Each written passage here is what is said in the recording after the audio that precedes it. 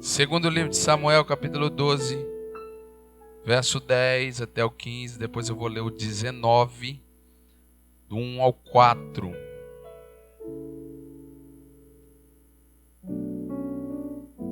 Diz assim: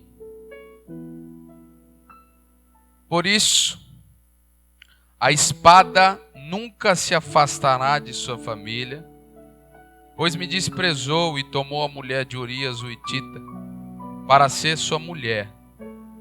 Assim diz o Senhor: de sua própria família trarei desgraça sobre você.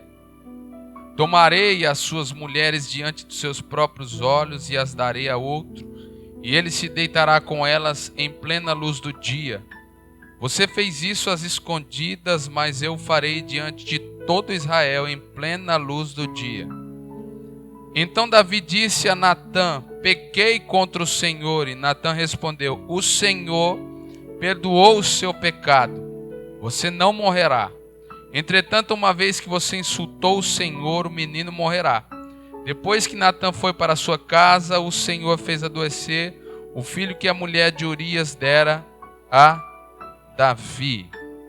Agora lá no capítulo 19.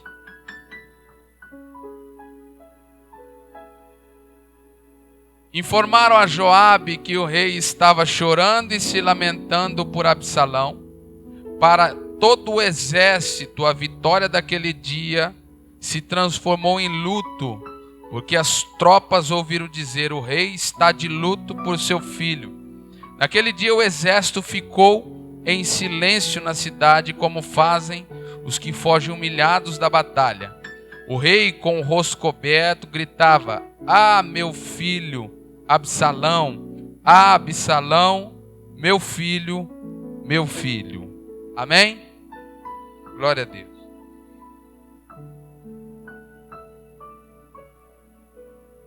Eu quero aí que você fique com a sua Bíblia aberta, que nós vamos dar uma caminhada nela hoje. Nós vamos ter um tempo com a palavra de Deus, então você vai acompanhar comigo a palavra do Senhor. Hoje eu quero trazer uma mensagem que o Senhor deu a mim. Inclusive eu ministrei ela alguns dias atrás, lá em Pirapora do Bom Jesus. E uma mensagem que não é muito comum se ouvir, mas é uma mensagem que é necessário se ouvir. Então hoje eu vou ministrar sobre o seguinte tema: colocando a alma em ordem. Vou repetir: colocando a alma em ordem. Bom, não sei se você já teve a experiência de viver uma confusão, uma bagunça na sua vida. Talvez sua área, a alma ela é a sede da personalidade humana, a sede do sentimento humano. É a alma que responde, é a alma que dá resposta à ação, à reação. É a alma que define quem você é, o seu temperamento, a sua forma de reagir às circunstâncias. É a alma. Nós vemos aí, segundo a psicologia, que nós temos alguns tipos de temperamento, né? Sanguíneo, melancólico, fleumático, colérico. São temperamentos de reações de alma, da qual cada um tem uma particularidade. Todo mundo tem o seu particularidade. Deus, ele te fez particular e único. É por isso que você, em 7 bilhões de pessoas, você tem um DNA que nenhum outro tem. Às vezes a nossa dificuldade é realmente compreender isso, porque a gente vê o outro e procura no outro aquilo que é só nosso. A igreja, ela é exatamente um corpo por causa disso. O corpo tem uma parte que o outro não tem. Por que nós temos que nos reunir e congregar, pastor? Porque Deus tem uma revelação pessoal para você. Você entende isso? Às vezes você tem uma revelação de Deus que é para fechar a mão para segurar um microfone. E aí você olha para a boca, que tem a função de abrir para falar. E você, ao estar fora do corpo, você diz assim, você está errado. Mas por que eu estou errado? Porque Deus mandou a gente fechar. E a boca diz para a mão, Deus mandou a gente abrir. Então o corpo, ele exatamente trabalha ajustado para compreender. No corpo tem uns que abrem, tem uns que fecham, tem uns que fazem, tem outros que fazem de forma diferente. Isso é a revelação do corpo. E a alma, ela é a responsabilidade que nós temos de permitir o Espírito Santo transformar. Dar prosseguimento àquele que iniciou a boa obra. E nós olhamos para a palavra de Deus, tem um homem que tem um seguinte título. É um homem segundo o coração de Deus. Coração, irmão, não é que é o coração de pulsar. Não é o coração que pulsa, que distribui o sangue, que bombeia. Não. Deus está dizendo assim, esse homem, as suas ações, elas agradam a minha alma. E Davi ganhou esse título de Deus. Mas, em determinado momento, a alma de Davi, o coração, o homem segundo o coração de Deus, virou uma bagunça. A alma dele entrou no negócio. Os desejos da concupiscência entrou no negócio. E nós vemos um caso, Deus chamou esse homem por causa do seu coração.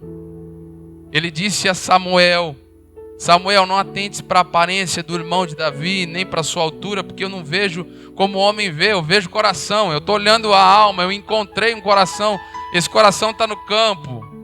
Esse coração é Davi, Deus traz esse homem, Deus forja esse homem, e esse homem começa a crescer, crescer, crescer, e o coração dele estava em Deus.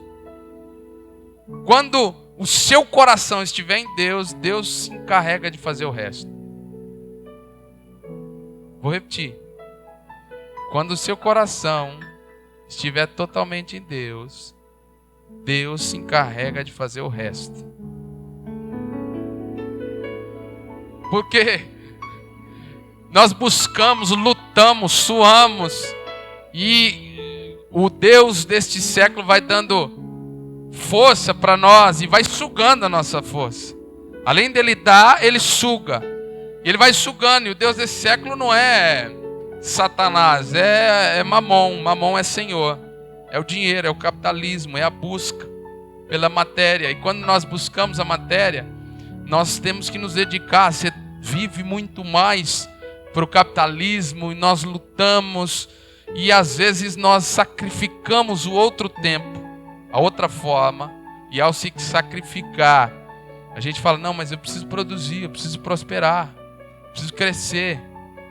Não é verdade? E quando isso vai acontecendo, nós vamos perdendo todo o tempo, e aí nós perdemos o tempo com Deus. Eu quero dizer para você, a partir do momento que o seu coração estiver em Deus, o resto Deus vai fazer por você. Mas, para nós entendermos sobre a alma, sobre a bagunça da alma, antes de eu te dar alguns conselhos sobre isso, porque é o que Deus quer. Eu não sei se você já viveu, meu Deus, eu estou numa confusão, eu vivo uma bagunça na minha vida, eu não entendo o que está acontecendo, pessoas dentro da igreja não sabem o que está fazendo, eu não sei para onde eu vou, uma hora eu amo a Deus, outra hora eu não amo mais, ou seja, eu me entrego a outra coisa. Uma hora eu amo a minha família e está um tempo com a minha família, outra hora eu já não sei mais, e é muito comum a gente falar assim, eu estou uma bagunça emocional, uma pessoa mal resolvida emocionalmente. E antes de eu te dar 4 conselhos, eu vou falar hoje de 4 conselhos sobre como colocar a nossa alma em ordem. Eu quero falar de 4 pilares antes disso, para nós entendermos os conselhos que vai ser dado. Porque assim, nós fazemos festa quando acabamos, não é verdade? Quando você acaba uma obra, quando você bate uma laje, você chama os amigos para comer um churrasco, não é assim? Por quê? Porque a obra está concluída, mas no reino de Deus não é o contrário. Deus não faz festa quando termina a obra. Deus faz festa quando lança fundamento. Quando Deus lança fundamento, aí Deus faz festa. Por isso que no céu tem festa, não é quando você concluir a jornada, é quando você aceita Cristo. A partir do momento que arrependido, o pecador se volta a Cristo, aí você iniciou a obra, e aí Deus faz festa. Quando Deus lança o fundamento, que é Cristo, quando você vai começar a construção, a festa no céu. Deus faz festa quando tem fundamento. Por quê? Porque uma obra sem fundamento, ela está fadada ao fracasso. Uma obra sem alicerce, ela está fadada a fracassar. É por isso que Deus está preocupado em fundamento. Quando eu olho para isso, eu preciso te falar de 4 coisas. 2 de Deus e 2 nossas. 4 coisas para você entender, 4 conselhos sobre como colocar a sua alma em ordem. Eu não sei como é que está a sua alma, mas provavelmente você está com algum problema. Então aquela pessoa que dá soco até no vento é uma pessoa mal resolvida, irmão. Um problema emocional. Geralmente a pessoa que fere você, e eu quero te dar um conselho, geralmente a pessoa que fere você em algum sentido da vida ou com as palavras, é naquele ponto que ela está ferida. Então você já viu aquele tipo de pessoa que fala assim, olha, homem não presta. Não, homem presta sim, irmão. Homem presta. Só os homens aí diz amém. Os homens prestam ou não prestam, diz amém. O problema é que talvez o seu homem não prestava. É diferente.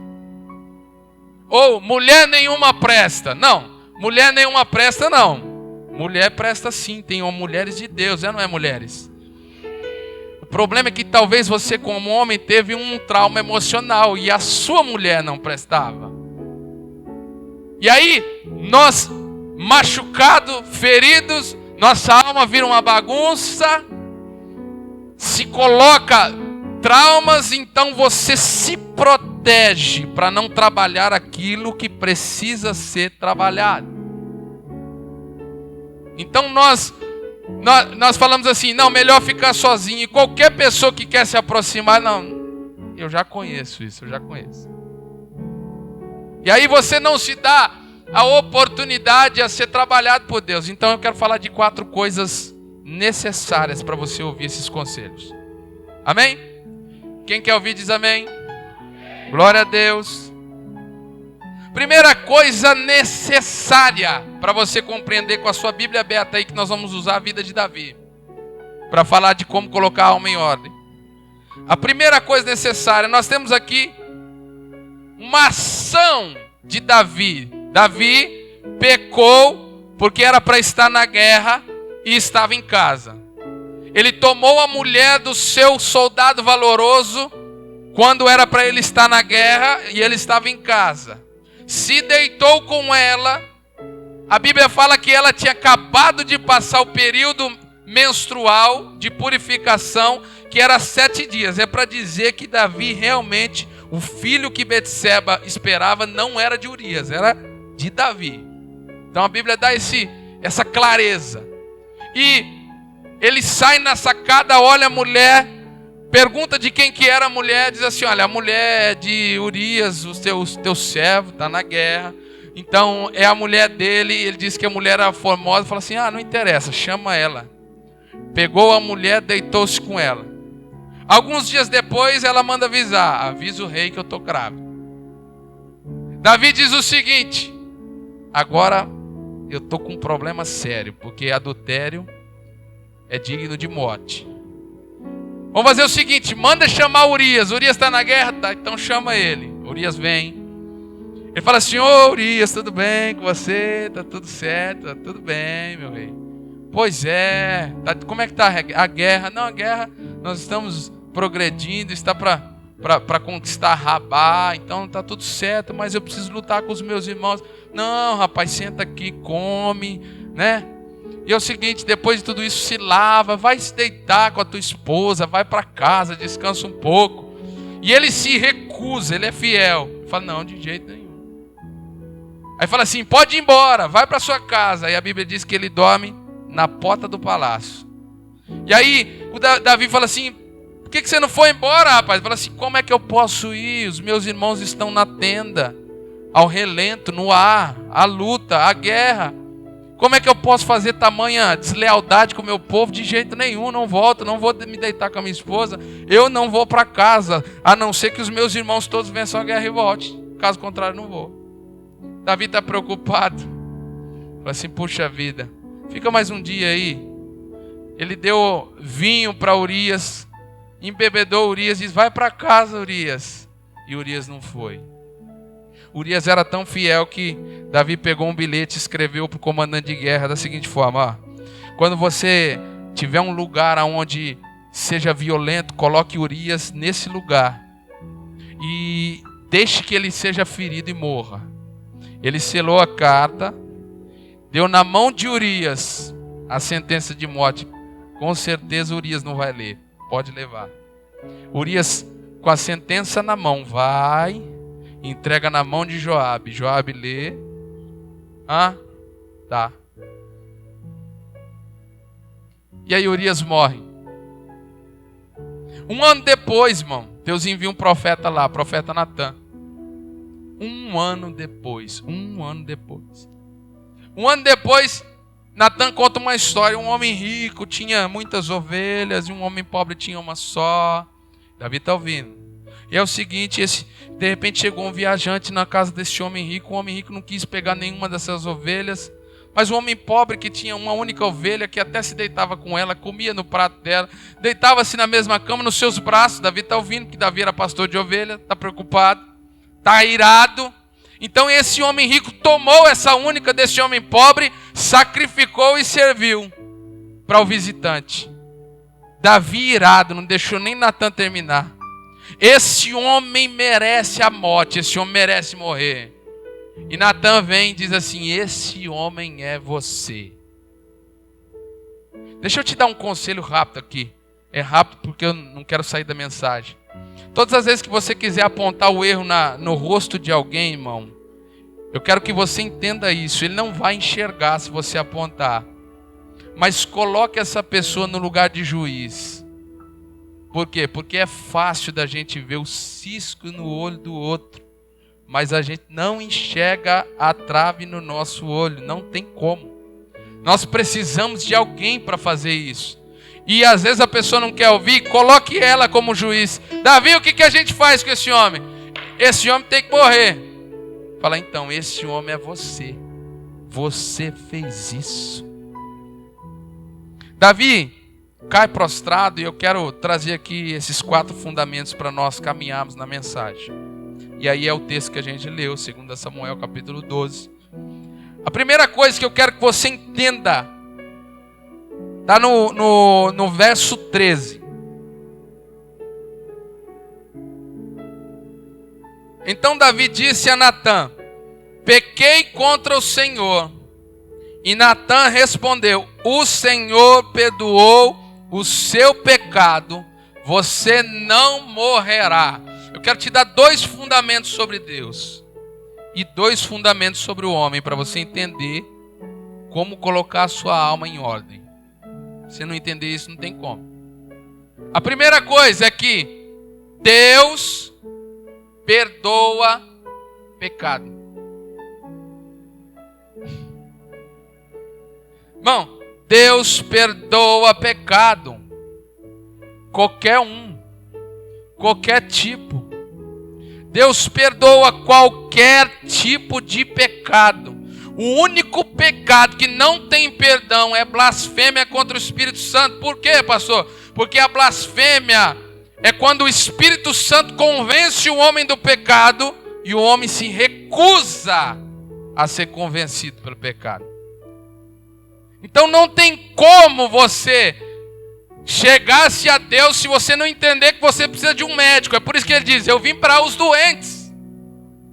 Quem está doente eu vim para sarar. Agora para os bons, para aqueles que não acham que não precisa. Não, esse tipo de gente eu não vim para esse tipo de gente. Eu vim para doente. Quando você reconhece a soberania de Deus e o quão pecador você é, e aquilo desagradou o coração de Deus, irmão, não tem pecado pecado que não possa ser apagado pelo sangue poderoso de Jesus Cristo.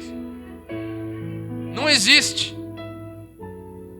Então Deus perdoa pecados. Às vezes quando nós pecamos contra o Senhor, nós nos tornamos os juízes de nós mesmos e nos sentamos num banco de réu que nós mesmos somos juízes.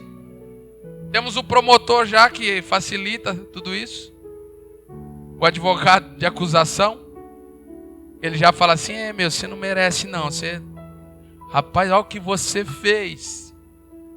Você vai para a igreja. Você já percebeu que a pessoa, quando ela cai no erro, a primeira coisa que ela faz, ela fala assim, não vou mais não. Porque eu não mereço. Irmão, ninguém merece. Não tem quem mereça. A Bíblia diz que não tem um justo sequer. Romanos capítulo 3, não tem ninguém. Por mais bom que você seja aos olhos do Senhor, as suas obras são como trapo de imundícia.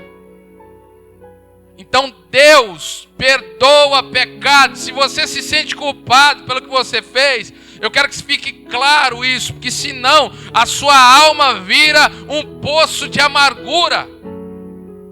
Deus perdoa todo e qualquer tipo de pecado. Davi disse, pequei contra o Senhor. Aí Natan falou, era isso que ele esperava. Da parte dele você está perdoado.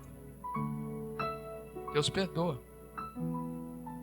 Deus é um ser gracioso, que deu o seu filho para perdoar a sua vida, para você não dever nada para ele mesmo, não é para o diabo não, para sanar a justiça do próprio Deus. Deus perdoa pecado.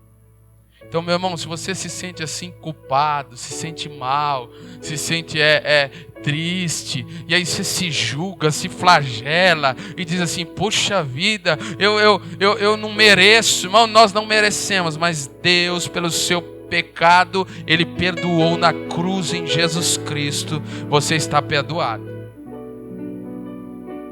Segunda coisa sobre Deus que você precisa entender: o perdão de Deus não anula a consequência do pecado.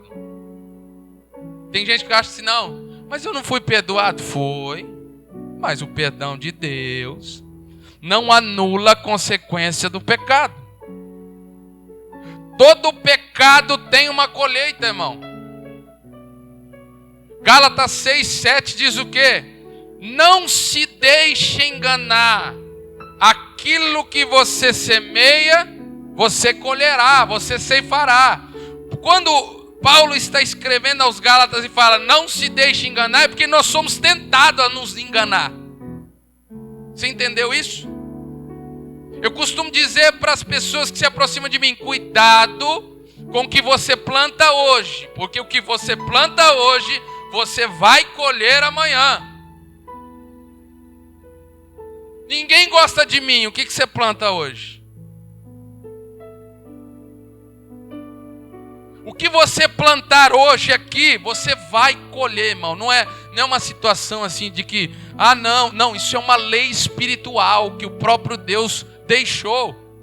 Isso começa na terra, tanto financeiramente como espiritualmente. Isso é uma lei universal para os dois mundos. Então, se você plantar feijão, irmão, e regar e cuidar, você vai colher feijão. Não adianta você falar assim, puxa vida, eu queria tanto colher arroz. Você não plantou arroz. Então, Deus olhou para Davi, você está perdoado. Deus te perdoou, você não vai morrer. Davi deve ter se sentido aliviado. Oh Deus, muito obrigado. Olha que interessante. Verso 10, 12:10. Diz assim: por isso a espada nunca se afastará da sua família, pois você desprezou a mulher de Urias, o Hitita, para ser a sua mulher. Davi, você vai colher, Davi. Toda semente vai ser colhida. Se você materialmente plantar abacaxi, você vai colher abacaxi. Pastor, eu quero ser próspero. Então você precisa plantar o quê? Plantar a sua vida material. Eu vou trabalhar, eu vou estudar, eu vou desenvolver o quê? Plantação que você vai fazer. Tem gente que acha que não, vai cair do céu, vai cair no meu colo. Não, não é assim, irmão. Você vai plantar. Queria tanto ganhar mais um pouquinho, vai se aperfeiçoar, vai fazer curso. São plantações. Não adianta não, é que de repente alguém me encontrou e falou assim, gostei de você, está aqui R$1 milhão para você. Aí você vai falar, oh, Deus é bom demais. Plantação. E no mundo espiritual você também vai plantar. E as consequências do pecado, irmão, é terrível. Terrível. Se você não entender a profundidade da consequência do pecado, você não entende o tamanho do perdão de Deus. Davi, você tomou uma mulher e à escondida você caiu com ela. Eu quero dizer algumas consequências. Fala assim, eu pequei contra o Senhor. Deus perdoou o seu pecado, está perdoado. Mas a semente está lá e deixa eu te falar as consequências. A espada nunca se afastará da sua casa. Irmão, ele pecou uma vez. E Deus diz, a espada nunca mais. Você entendeu? Eu costumo dizer, às vezes o pastor lá, ele fala, gente, se você soubesse como é que é a consequência do pecado, você que está aí, então você passava do outro lado da rua. Se você plantar, você vai colher. E aí ele diz assim, Davi, aquilo que você fez escondido, eu vou dar ao próximo, ele vai fazer a plena luz do dia. Mas Senhor, foi só um pecado, foi só um, não. As consequências vão vir, a espada não vai se apartar. O Senhor não me perdoou, perdoei, mas a espada não vai se apartar, essa é a colheita. A consequência vai vir, aquilo que você fez escondido vai vir o culto. Aquele que vai vir, ele vai fazer a plena luz do dia. Todo pecado tem consequência. Se você não entender isso, sua alma continua uma bagunça. Mas Deus não me perdoou, mas eu não fui para a igreja, mas agora que eu estou buscando a Deus, está tudo tão mais difícil. Agora que eu estou buscando a Deus, parece que as coisas ficou mais difíceis ainda. Eu não sei o que está acontecendo. Irmão, você está colhendo. É uma lei espiritual. Ah, mas o ímpio, ele está ganhando dinheiro e tal. Provavelmente financeiramente ele plantou, ele investiu, ele lutou e ele vai colher. E se você não entender isso, você não está pronto para colocar sua alma em ordem, para colocar sua alma no lugar. Você vai viver mal resolvido.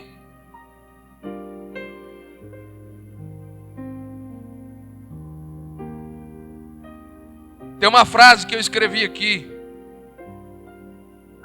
Diz assim, o sofrimento da colheita anula o prazer do plantio. Quando você planta, irmão, na carne, você tem prazer. Deixa eu te dizer uma coisa, meu jovem.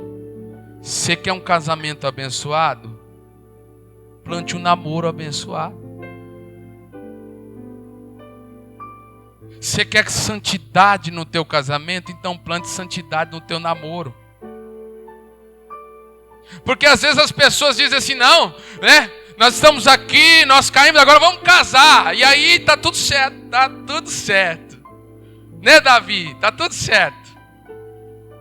Está certo. Chama Betseba, Urias já está morto. Eu vou tomar ela como mulher e o filho que vai vir vai ser meu. Está tudo certo. Irmãos, eu quero dizer para você, jovem de Deus, plante um namoro abençoado, plante temor, plante respeito, plante santidade, e você terá uma colheita no seu casamento de amor, de santidade, de prosperidade, de bênção da paz do Senhor.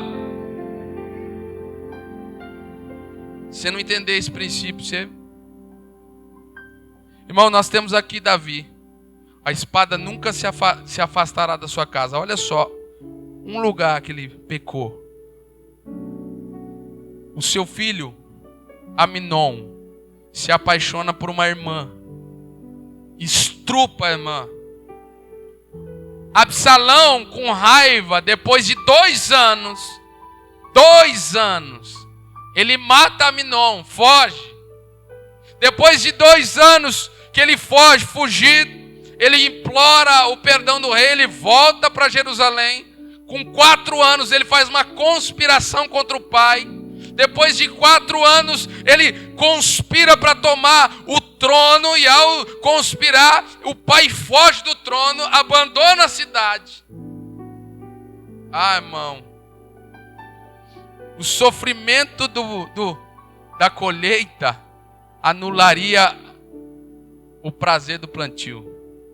E se Davi pudesse levantar da cova hoje, ele ia dizer amém.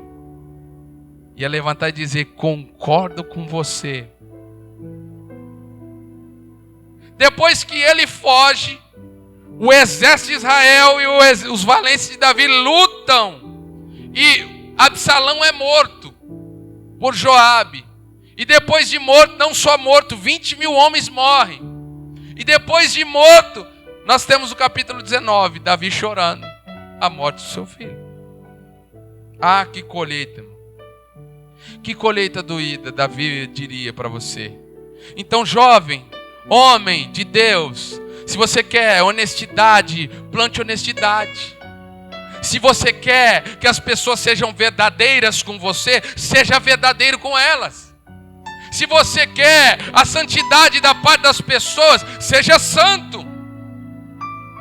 Se você quer transparência da parte das pessoas, você quer transparência no seu casamento, você quer transparência com as pessoas, seja transparente. Nós às vezes somos hipócritas, fazemos de uma forma e queremos receber. Por isso que a Bíblia diz assim, aquilo que você quer, dá a você primeiro. Ninguém uma palavra de amor para mim. Você não dá a palavra de amor para ninguém. Você quer que as pessoas dêem palavra de amor para você. Aquilo que você quer, faça você primeiro. Quantos casamentos destruídos, irmão, porque é o seguinte: o marido espera carinho da esposa, espera compreensão da esposa, espera parceria da esposa. Ele espera, mas ele não faz. E a esposa espera carinho do marido, espera atenção do marido, espera parceria do marido, mas ele não faz. Aí de repente ele faz lá fora e a outra faz. E aí os casamentos estão destruídos. Filho, fala comigo. Você não conversa com seu filho. Como assim? É plantação, irmão. É plantação. É difícil a gente entender isso. Não é verdade? Como é difícil. Se a minha esposa me der amor, enfia na cabeça, irmão. Amém. Se não der, eu dou para ela e pronto. Mas é por causa dela? Não, é por causa de Cristo em mim. Se você fizer as coisas pensando no outro, você tem que fazer as coisas pensando em Cristo. Cristo faria isso? Cristo em mim, esperança da glória de Deus. Então, o perdão de Deus não anula o sofrimento, a consequência do pecado. Eu tenho um caso lá em Pirapora de um rapaz que está preso. Eu vi a conversão desse moço. Eu vi a transformação dele, mas antes de servir a Cristo, ele errou, ele sofreu, ele fez coisas que a justiça tinha necessidade de punir. Sabe onde ele está? Ele está preso. Aí você fala assim, mas eu aceitei Jesus. Você aceitou Jesus, glória a Deus por isso. Você tem a oportunidade de plantar uma nova plantação. Mas a antiga está lá, você vai colher. De repente, o homem foi preso. E ele mesmo, nossa pastor, eu vi ele falando isso para mim. Que coisa. Que BO, ele falou para mim, que BO foi esse? Colhe direitinho e planta direitinho, porque se você quer as coisas de Deus, plante no reino de Deus. Agora, 2 pilares para nós. Primeiro, a nossa carnalidade vive na justificativa e não na palavra. Olha só, abre aí em Salmo 32, do 1 ao 4, rapidinho.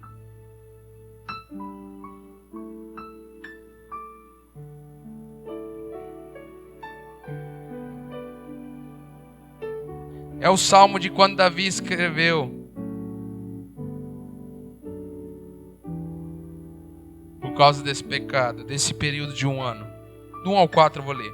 Como é feliz aquele que tem suas transgressões perdoadas e seus pecados apagados. Como é feliz aquele a quem o Senhor não atribui culpa e em quem não há hipocrisia. Enquanto eu mantinha escondidos os meus pecados, o meu corpo definhava de tanto gemer. Pois de dia e de noite a tua mão pesava sobre mim, as minhas forças foram se esgotando como em tempo de seca. Amém. Olha o 12:9 agora de 2 Samuel. Porque você desprezou a palavra do Senhor, fazendo o que ele reprova, você matou Urias o Etita com a espada dos amonitas e ficou com a mulher dele. Preste atenção. A Bíblia diz que Davi está escrevendo o Salmo 32, esse período de 1 ano. Ele diz assim: enquanto eu calei, os meus ossos definhavam. A mão do Senhor pesava sobre mim nesse tempo todo. Eu mantinha os meus pecados escondidos. Irmão, como é que você acha que a mão do Senhor pesava sobre ele? Você acha que Davi andava e Deus fazia assim? Vai, Davi. Não, irmão. Aqui, ó, Deus falava assim: ei, ô Davi, você matou Urias. Davi, o que você fez foi reprovável. Davi, o que você fez foi abominável aos meus olhos. Mas Davi estava se justificando para ele mesmo, porque a nossa alma quer isso. Uma alma bagunçada gosta de justificativa. Sabe o que Davi fazia? Não, é ação de guerra, todo mundo morre. Todo mundo morre, não foi eu que matei, foi os amonitas que mataram ele. Ele foi para a guerra, ele voltou para a guerra, poderia ter sido qualquer outro. Poderia ter sido qualquer um. Já viveu isso? Deus falando com você e você dizendo assim: não, mas não é bem assim, mas isso não tem nada a ver, mas isso aí não é bem dessa forma. Não, na verdade é por causa disso, irmão. Nossa alma, ela quer justificativa. Até Deus aparecer para ele depois de 1 ano e falar assim: avisa Davi que quem matou Urias foi ele. Então eu quero dizer para você, a sua alma, irmão, que é justificativa. Se você não entender isso, não tem como você receber esses conselhos da parte de Deus. Não dá. Sua alma vai falar: não, mas foi ele que errou primeiro. Não, mas foi meu irmão que me ofendeu. Não, mas é ele que tem que vir pedir perdão para mim. Porque é o seguinte, eu não fiz nada. Eu não tive como. E Deus está falando: não tem a ver com o que você fez, deixou de fazer. Tem a ver com a palavra de Deus. E a palavra diz que você, sabendo que o seu irmão tem algo, ou você tem algo com ele, vá até ele e se acerte com ele. Você entendeu? Não, é que não é bem assim, pastor. É que você não entende da minha família, dos meus parentes. Você não entende como é que é. Você não me conhece, né? É mais difícil do que parece. Irmão, a Bíblia é clara. Se você odeia o seu irmão, você é assassino. Não, pastor, mas não exagera. Não, a Bíblia é clara, não tem o que falar. Ele fala assim: não,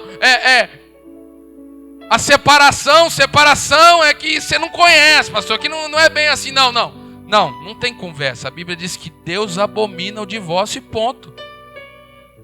Às vezes nós queremos a justificativa para aquilo que já está claro na palavra de Deus, e nós não vivemos pelo que a gente acha. A gente está acostumado a justificar. É que não é bem assim, né? É que não. Vai buscar o perdão de Deus, mas na verdade Deus perdoa qualquer tipo de pecado. Mas o que está na palavra e ponto final. Tem coisa que não precisa de revelação na Bíblia não, irmão. Está lá e pronto. Que a gente quer a revelação, não. Está ali, ponto final. E a nossa carne vai falar, não, pastor, que você não entende. É que você não sabia o inferno que eu vivia. É que você não sabia como. Não, irmão, a Bíblia é clara e ponto final. Nós não vivemos pelo que a gente sente, porque o nosso coração é enganoso. Mais do que todas as coisas. Irmão, quando é todas, mais do que qualquer coisa. Então, a nossa alma vai querer viver na justificativa. Deus estava falando para ele, ei, você errou, viu? E ele fala assim, não, não é bem assim. Enquanto eu calei, eu sentia os meus ossos definharem. Quer um diagnóstico sobre você mesmo? Veja se depois do que você está sentindo, você está se sentindo mal. Se você estiver se sentindo mal, se você se sente mal perto de alguém, se você se sente triste, se você não sente alegria, irmão, isso é um diagnóstico que a mão de Deus está pesando sobre você. Vai e conserta.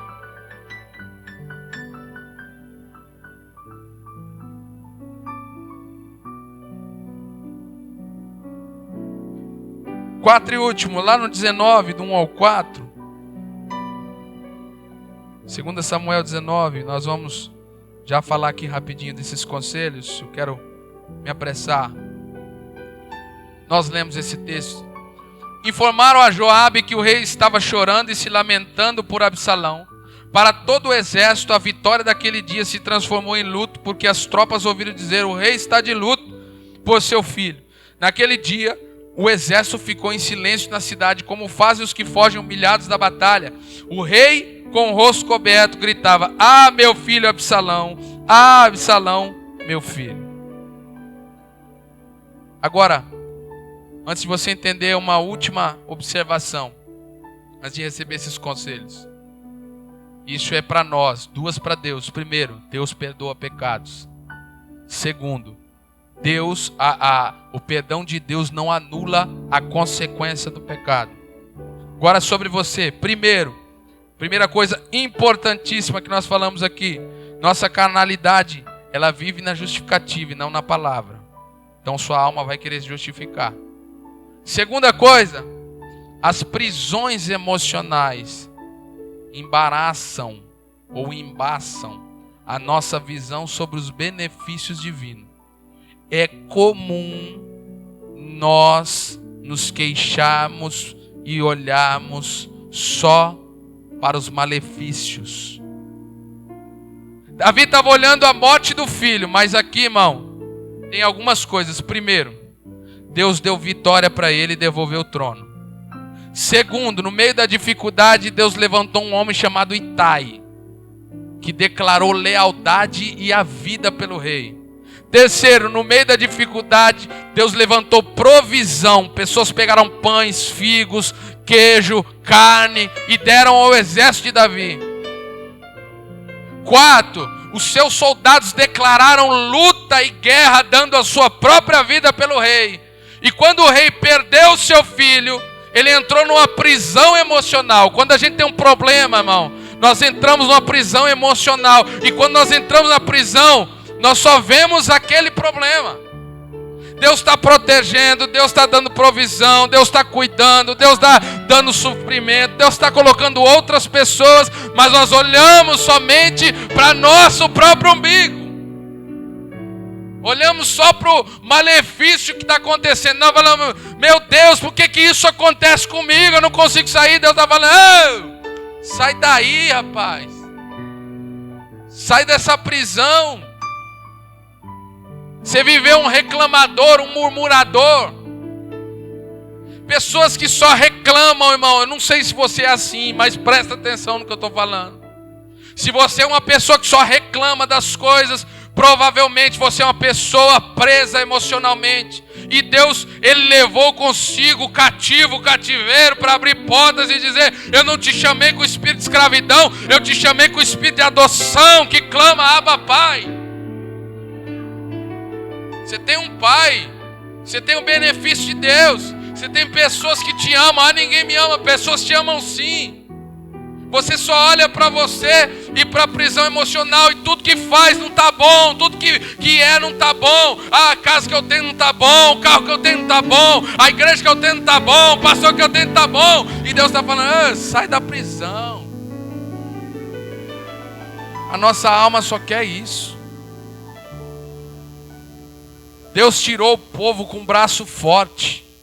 Deus tirou o povo de Israel de dentro do Egito, com pragas nunca vistas. E na primeira oportunidade, ei Moisés, era melhor a gente ter morrido lá. Estamos com sede. Aí Deus dá sede. Deus mata a sede. Nós estamos com fome, era melhor nós ter morrido lá. Aí Deus manda maná do céu, todo dia maná, todo dia provisão. Fala assim, ô Moisés, você levantou aí o seu irmão aí, todo mundo aqui é santo. Nós temos aqui pessoas santas também. E aí não tá bom, não. Ô Moisés, nós tá com sede de novo, cadê? É melhor ter deixado nós lá no Egito. Só vive reclamando. Pessoas presas emocionais. E se você não sair dessa prisão, eu quero deixar claro para você, você vai morrer nesse deserto. O povo de Israel morreu no deserto, entre os filhos dele. Quando chegaram diante da terra, fala assim, olha, a terra é boa, mas tem uns gigantes lá. Caleb, com visão certa, fala assim, Deus deu ele nas nossas mãos, nós vamos conseguir, eles vão ser devorados como pão. E o povo fala assim, não, que forma é essa? Vamos apedrejar Moisés e vamos voltar para o Egito. Por quê? Porque está preso emocionalmente, é escravo da sua própria prisão emocional.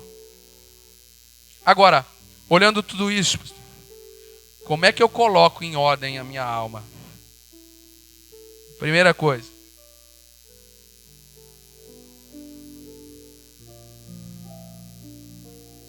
Nós precisamos da clareza do perdão de Deus e da sua soberania.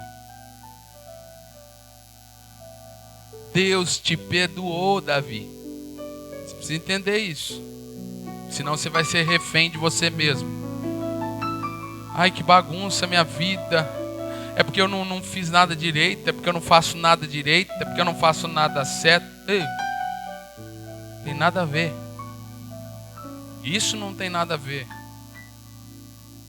Se você se posicionar como um coitado você será.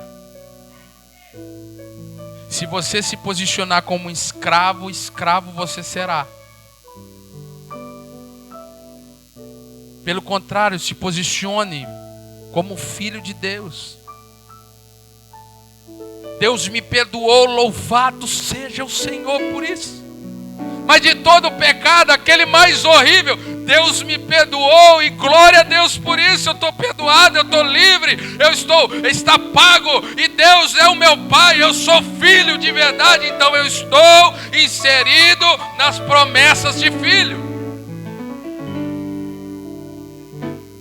Olha aí que interessante. Volta lá no 12.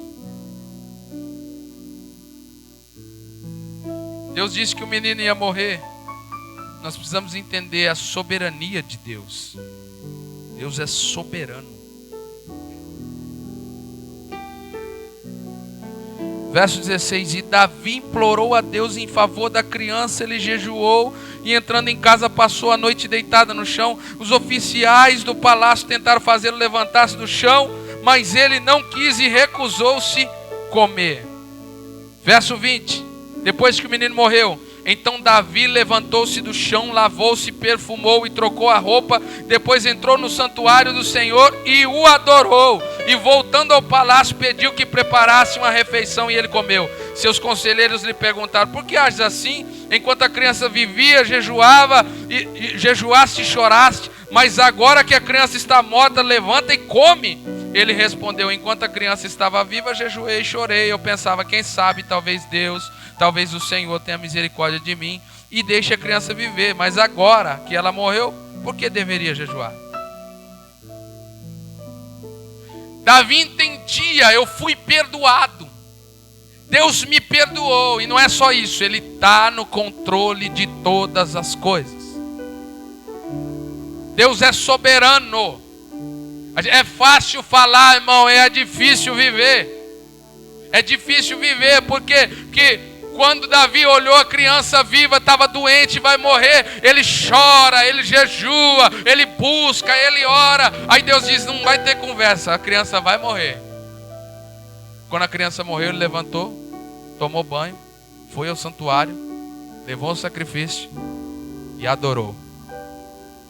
Deixa eu te fazer uma pergunta. Você colocar a sua alma em ordem agora.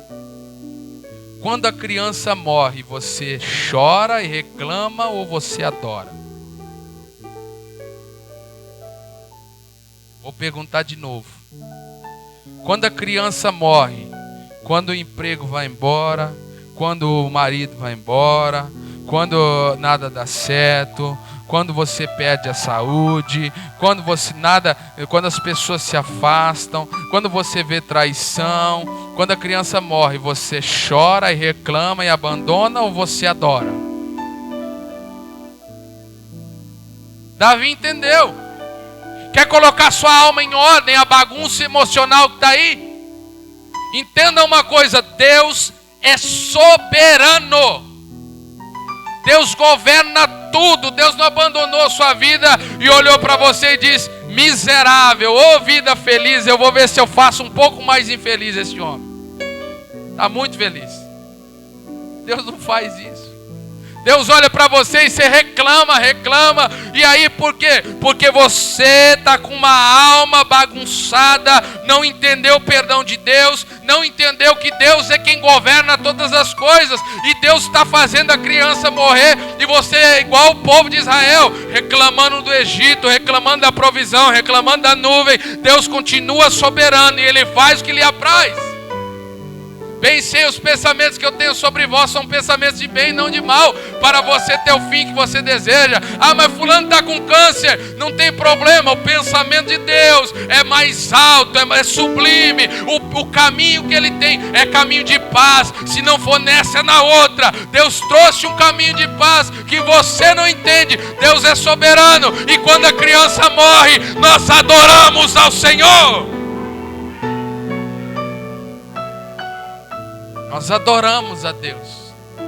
Agora tem muita gente reclamando quando a criança morre. Ah, mas foi consequência? Foi. Mas Deus não me perdoou? Perdoou. Mas Deus é soberano? Deus é soberano. E quando a criança morre, nós adoramos. E se fulano morreu, partiu, meu pai, minha mãe, meus filhos, nós continuamos adorando. Deus é soberano.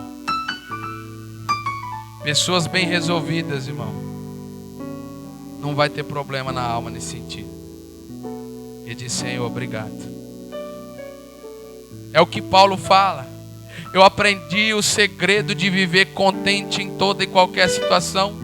Eu aprendi a viver na bonança, eu aprendi a viver na escassez, eu aprendi a viver com veste, eu aprendi a viver sem as vestes, eu aprendi tendo tudo, aprendi tendo nada.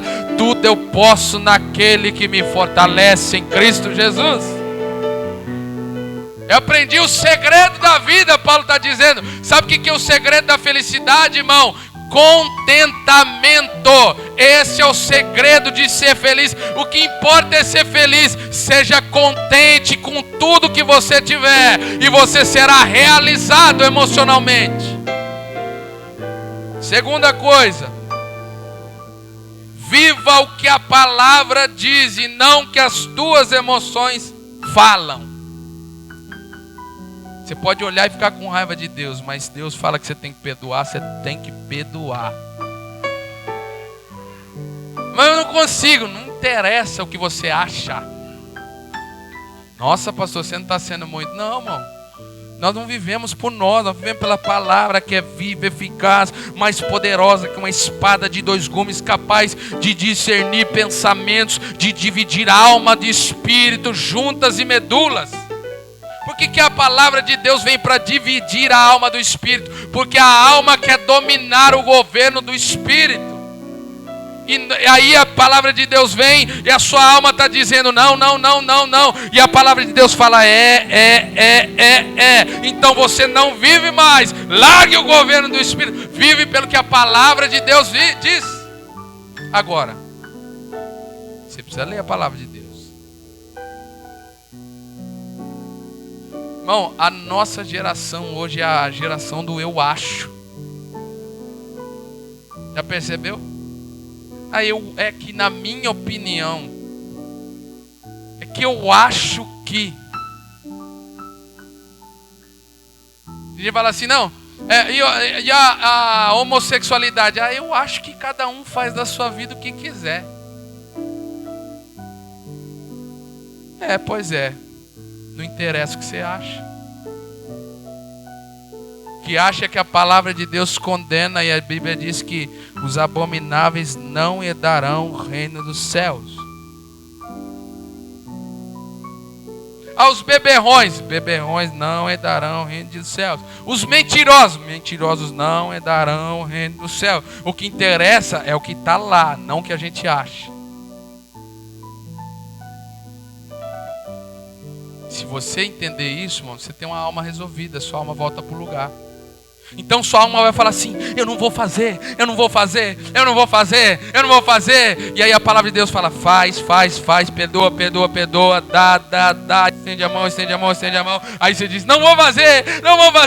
Vai fazer sim, é assim que vai ser. Por isso que a Bíblia diz que a gente tem que crucificar a carne. Sabe por quê, irmão? Nossa carne não quer de jeito nenhum. Quer nada. Olha só o que a Bíblia diz em Gálatas capítulo 5.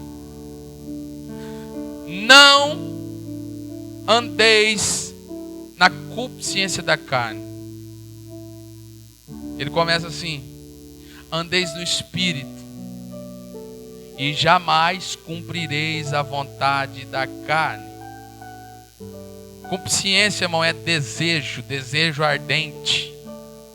Desejo, vontade, a ponto de não conseguir resistir. Você está entendendo? Sua carne tem esse desejo? Não sei o que está acontecendo. De vez em quando tem uns pensamentos doidos assim, pastor. Irmão, isso é a sua carne, está gritando. Todo mundo tem. Mas eu quero dizer para você uma frase: a vida é 10% realização e 90% reação. Você vai agir 10% e reagir 90%. Então, quando a Bíblia está falando jamais cumprireis, é porque ela vai querer vir. Eu quero, você quer, mas quem manda aqui sou eu, não é você. É por isso que o jejum serve para mortificar a carne. Quando a sua carne, irmão, tiver demais, querendo somente as coisas da terra, é filme, é sair, é isso, é aquilo outro, e a sua carne começa a ter desejos imorais, desejos sexuais imorais, e você começa a ter esse tipo de vontade, olha para ela e diz assim: olha, nós vamos entrar num período de jejum aqui, porque você tem que entender uma coisa: quem manda aqui não é você, quem manda aqui é o governo do Espírito, é o Espírito Santo, é a palavra de Deus. Então nós vamos entrar aqui, você vai mortificar a carne, porque você vai entender que é o Espírito que comanda. É por isso, irmão, que eu não sei se você tem experiência, mas quando você fala assim, quem aqui já passou do horário de comer no almoço? Aí você fala assim: nossa, já é 3 horas, já é 4 horas, meu Deus, nem vi, foi tanta correria. Você sentiu fome? Sente, é ou não é? Mas é algo insuportável? Não, a correria fez você esquecer. Agora, irmão, de manhã você toma café 8 horas e diz assim: hoje eu vou jejuar o almoço.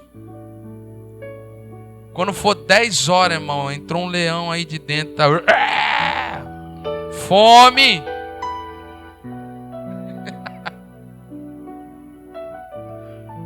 Quando é meio-dia, irmão, há poucos dias atrás você foi almoçar 3 horas da tarde, mas quando é meio-dia parece que já é 6 horas da tarde, você não comeu ainda. Fala: meu Deus, não chega logo o fim da tarde. Por quê? Porque espiritualmente você está agindo e a sua carne está gritando: não é bem assim, você tem que comer no horário certo. Está comendo no horário certo, há poucos dias eu fui comer às 3 horas da tarde, agora você está falando: não, tem que comer no horário certo. Não, quem comanda aqui é o Espírito. Viva pela palavra. Terceiro, existe uma colheita, aprenda. Bom, você vai colher, não adianta. Ah, mas eu estou servindo a Deus direitinho. Glória a Deus, daqui a um tempo você vai colher isso. Ah, mas no passado não. Não, no passado então você vai colher o que está... Irmão, Davi demorou 10 anos para colher um dia. Não se deixe enganar, de Deus não se zomba. Você vai colher. Você quer ler direitinho esse texto? Abre lá em Gálatas rapidinho. Tem que ser rápido. Senão o tempo vai embora. Vou ler aqui. Olha só. 6:7. Não se deixe enganar, de Deus não se zomba, pois o que o homem semear, isso também colherá. 8.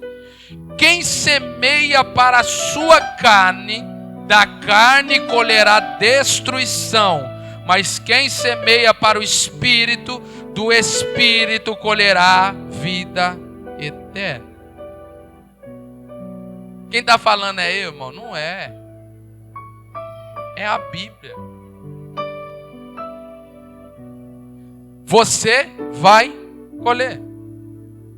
Amém? Agora, último ponto. 1 Samuel. 2 Samuel 19. 5 ao 8. Isso é importante. Você que vive aí na sua prisão emocional, aprenda isso.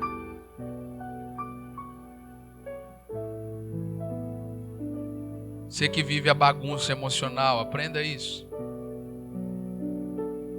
2 Samuel 19, 5 a 8. Eu vou ler o tópico aqui, o último. Na prisão emocional, ouça, não é escutar, é ouvir. Escutar entra aqui no ouvido. Ouvir é aquele que entra e desce para o coração. Na prisão emocional, ouça o conselho de um amigo espiritual. Na prisão emocional, ouça o conselho de um amigo espiritual. O amigo talvez vai te chacoalhar. Aí você vai querer ter razão e falar, ouça. Olha só, o rei está lá chorando, verso 5. Então Joabe entrou no palácio e foi falar com o rei. Hoje humilhaste todos os teus soldados, os quais salvaram a tua vida, bem como as de teus filhos e filhas, e de tuas mulheres e concubinas. Amas os que te odeiam e odeias os que te amam. Hoje deixaste claro que os comandantes e seus soldados nada significam para ti. Vejo que ficaria satisfeito se hoje Absalão estivesse vivo e todos nós mortos. Agora vai, encoraja teus soldados. Juro pelo nome do Senhor que se não fores nenhum só deles, permanecerá contigo esta noite. O que para ti seria pior do que todas as desgraças que já aconteceram desde a tua juventude. Então o rei levantou-se e sentou-se junto à porta da cidade. Quando o exército soube que o rei estava sentado junto à porta, todos os soldados se juntaram a ele. Quando você estiver na sua prisão emocional, que você não vê os benefícios, não é assim? É isso que eu falei, isso é um pilar nosso. Não, eu não vejo meu amigo, eu não vejo... Não, nós vemos um coitadinho, nós somos um coitadinho, coitado de mim. Você entra numa prisão emocional. Eu tenho 2 conselhos, um para quem está e o outro para quem é o amigo. Presta atenção. Primeiro para quem está, ouça o conselho do seu amigo. Joabe foi até o rei e falou: ei rei, acorda, sai daí, para de chorar. Você não está vendo aí os benefícios que todo mundo fez por você? Nós lutamos por você, demos a vida por você, e agora o outro que te odiava, queria a tua morte, mesmo sendo teu filho, ele queria te matar, rapaz. Nós demos aqui a nossa vida por você. Eu quero dizer para você, eu juro pelo nome do Senhor, que se você não fizer isso agora, ninguém que fez isso vai ficar com você. Conselho espiritual. Sabe qual é o melhor? Davi ouviu, se levantou e foi para a porta. Porta era onde julgava, onde consagrava rei. Porta era onde tinha a defesa, julgava a causa, era a porta da cidade. Por isso que os soldados vieram. Eis aí o rei. Tomou de novo sua posse. Então, se você está na prisão de coitadinho e alguém está tentando te falar, ouça. Agora, um conselho para o amigo. Presta atenção, você que é conselheiro espiritual. Você não está aqui para alisar a cabeça de ninguém. Ai, não é bem assim. Não. Joabe se levantou como um pulso firme. Ou seja, rei, você é muito certo. Eu sou o teu comandante. Eu luto pelo teu exército. Mas eu quero dizer que nisso aí você está errado. A Bíblia diz que mais vale a ferida de um amigo do que a língua de um bajulador. Nós não estamos aqui para bajular ninguém. Nós estamos aqui para ser arautos da verdade. Nós estamos aqui para ser sentinelas da verdade, para pregar o verdadeiro evangelho, para apontar para as pessoas o caminho correto. É para isso que nós viemos. Não é para bajular ninguém, dizer não, fica aqui, não. Se você está errado, meu jovem, em fornicação, quer dizer que você está em pecado. Se você tem a tendência homossexual, quer dizer que você está em pecado. Eu quero dizer para você que se você brinca com o evangelho, você é réu do inferno. É isso que a palavra de Deus diz, não sou eu. Mas eu quero dizer para você que a palavra de Deus também chama os presos à liberdade, os presos emocionais. Jesus diz: conhecereis a verdade. Jesus é a verdade e ela te traz liberdade, ela te traz a graça, ela te traz o poder do perdão de Deus, ela te traz o poder de ser filho de Deus. Não queira brincar com o evangelho, não. Deus não é brinquedo, não. Se você tem alguém emocionalmente, irmão, que está ferido, está machucado, e olha, Absalão, seja um Joabe na vida dele, não fica alisando a cabecinha dele. Filho, não é bem assim não, continua aqui conosco. Não, irmão, se ele não quiser ouvir a verdade, ele vai embora. Por quê? Porque você fez a sua parte, você é pregador da palavra. Jesus é a palavra, Jesus é a verdade. Pregue a palavra de Deus, a verdade de Deus. Porque você é pronta, livre do sangue dessa pessoa futuramente. Então, amigo espiritual, você vê algum problema? Joabe olha para o rei e diz: você tem pessoas que te amaram. As coisas não é do jeito que você está vendo, nem na prisão emocional que você está. Sua alma está uma bagunça porque você só fica no seu mundinho pequenininho. Coloca ela em ordem. Amigo espiritual, ajuda essa pessoa a colocar essa alma em ordem. E quando você colocar ela em ordem, vai ser uma pessoa restaurada. E quando ela se tornar uma pessoa restaurada, ela é igual Davi. Ela está pronta para voltar ao governo de novo. Governo da vida, governo no reino. Está pronto para voltar a servir a Deus de uma forma certa. Se você, meu querido, é uma pessoa que só se machuca com os arautos de Deus, com os amigos espirituais, eu quero dizer que você está numa prisão espiritual, mas Deus está aqui através da palavra dele para dizer: ei, eu coloquei essa palavra para colocar a tua alma em ordem, para colocar de volta a alegria dos seus lábios, a alegria da salvação em você. Eu estou pronto a te dar liberdade e eu estou te chamando para essa liberdade. Glória a Deus, coloque de pé.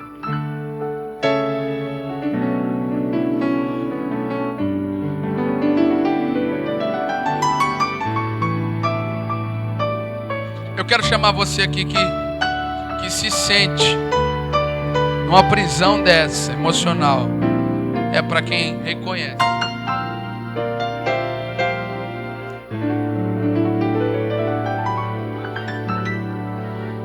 Se você se sente dessa forma: pastor, minha vida é uma bagunça, eu sei que eu estou passando por isso. Como um amigo espiritual, o Espírito Santo está te chamando. Se você é uma pessoa que tem olhado somente para reclamação, nada para você está bom. Fala, nossa, pastor, é tão sério? É sério, irmão. As coisas de Deus é muito séria. Só que assim, as coisas de Deus é para corajoso. É para quem quer. Só que, irmão, eu creio que um culto pode mudar a vida de uma pessoa para sempre. Um culto, um único culto pode mudar a sua vida para sempre.